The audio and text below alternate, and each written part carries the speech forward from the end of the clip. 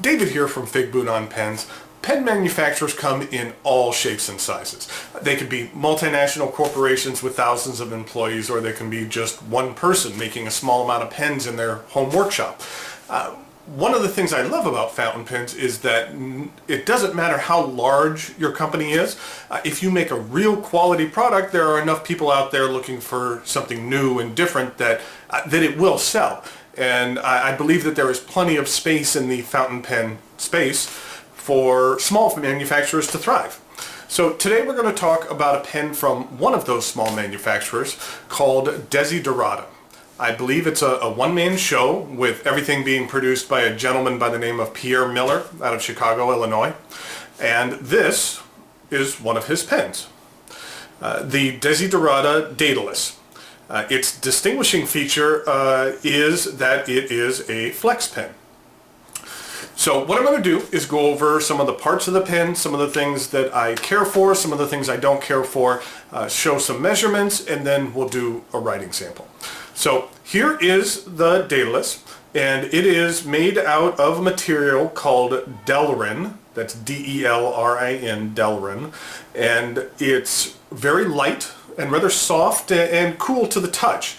The finial is flat with just the slightest angled edge to it, and the cap does not have a clip and is straight, and the barrel is straight as well, and then there's a step down to the back section of the barrel.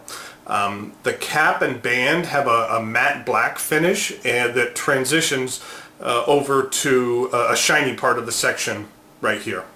The end of the barrel is flat with an angled edge that's just a little more pronounced than the edge on the finial. The cap twists off to reveal the section, the nib and section. I really like the section of the Daedalus. There's small grooves which help improve the grip. Here's a picture of those grooves. There's no real step up to the threads, which are not sharp at all. And I believe when available, the pen can also be purchased with a convex section. I'm not sure if the ribs are on the convex section or not, but it can be purchased with one. This pen can be posted. I think it's interesting the way it posts. It posts very deep, but the only thing holding it on is a very small amount of friction that seems to be distributed across the entire back section of the barrel. So it just slips right on there. It doesn't clip on or anything like that, but it does stay and it's not going anywhere. So I like this aspect of the design. It has an ebonite feed, and here is the ebonite feed and the nib.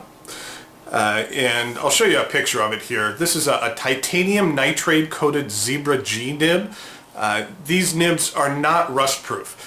They are typically used in dip pens, and so the nib would only come into contact with moisture from ink for a limited amount of time.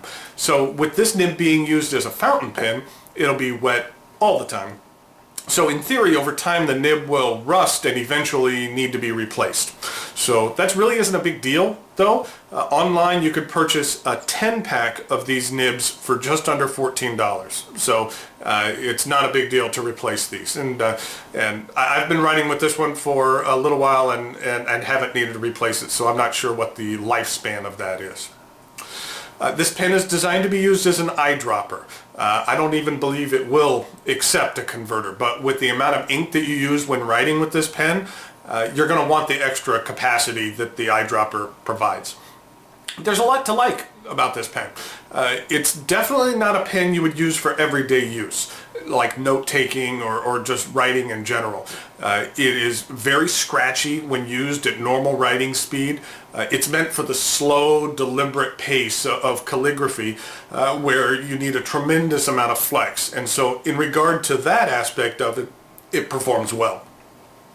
When the pen arrives, it's necessary to do a little work on it. As instructed by Pierre.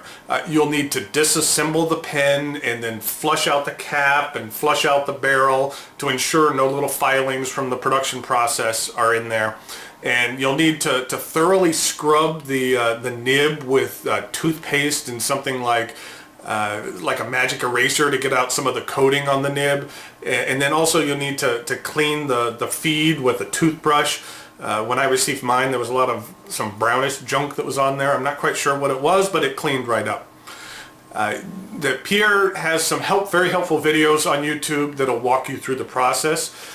It's easy, and while I don't mind tinkering with pens a little bit, I felt that some of this process maybe should have taken place during the manufacturing process. I felt like I was kind of being required to perform the last step of QA before the pen went out the door to the customer.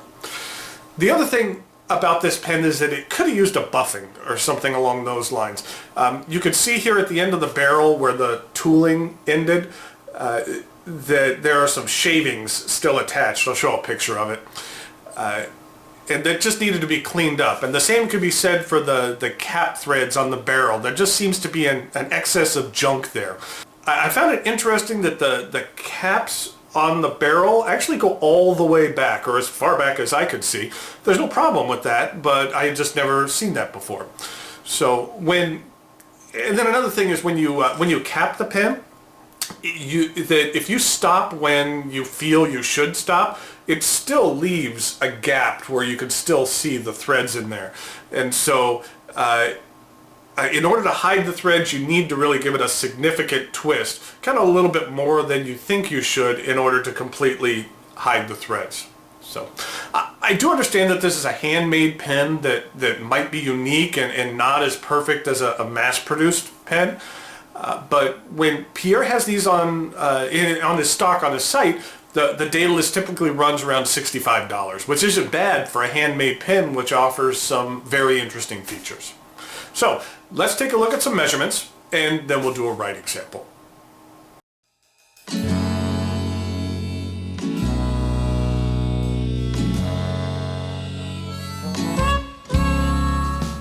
Here we go with the writing sample for the Desiderata Daedalus.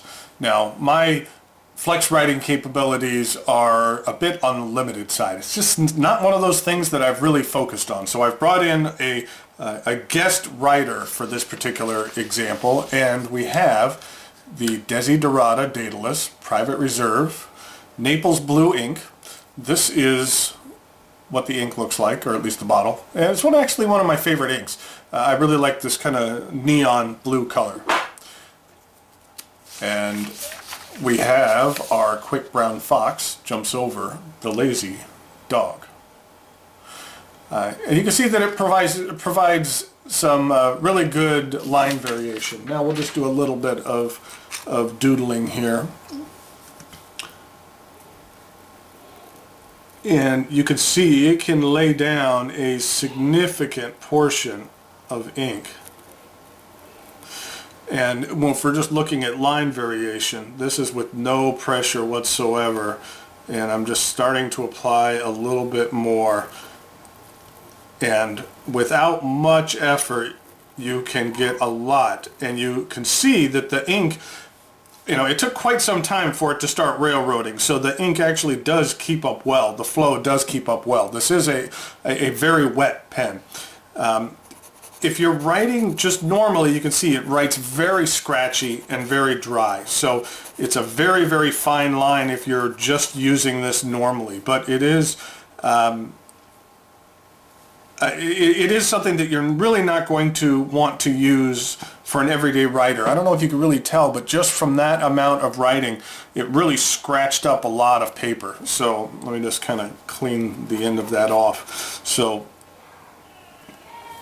for regular writing, it's really not one of the things that you want to do with this pen. It's really meant more for the flex writing because it is very sharp. But when you flex it, it does write very nicely. You can get some really nice line variation out of it, and if you write very slow and deliberate, like you do generally in calligraphy, then it's something that works very well. So if you're looking for a unique flex pen at a reasonable price, then the Desiderata Daedalus is something that might be worth checking out. So thank you for the time, and we'll talk to you later. Bye.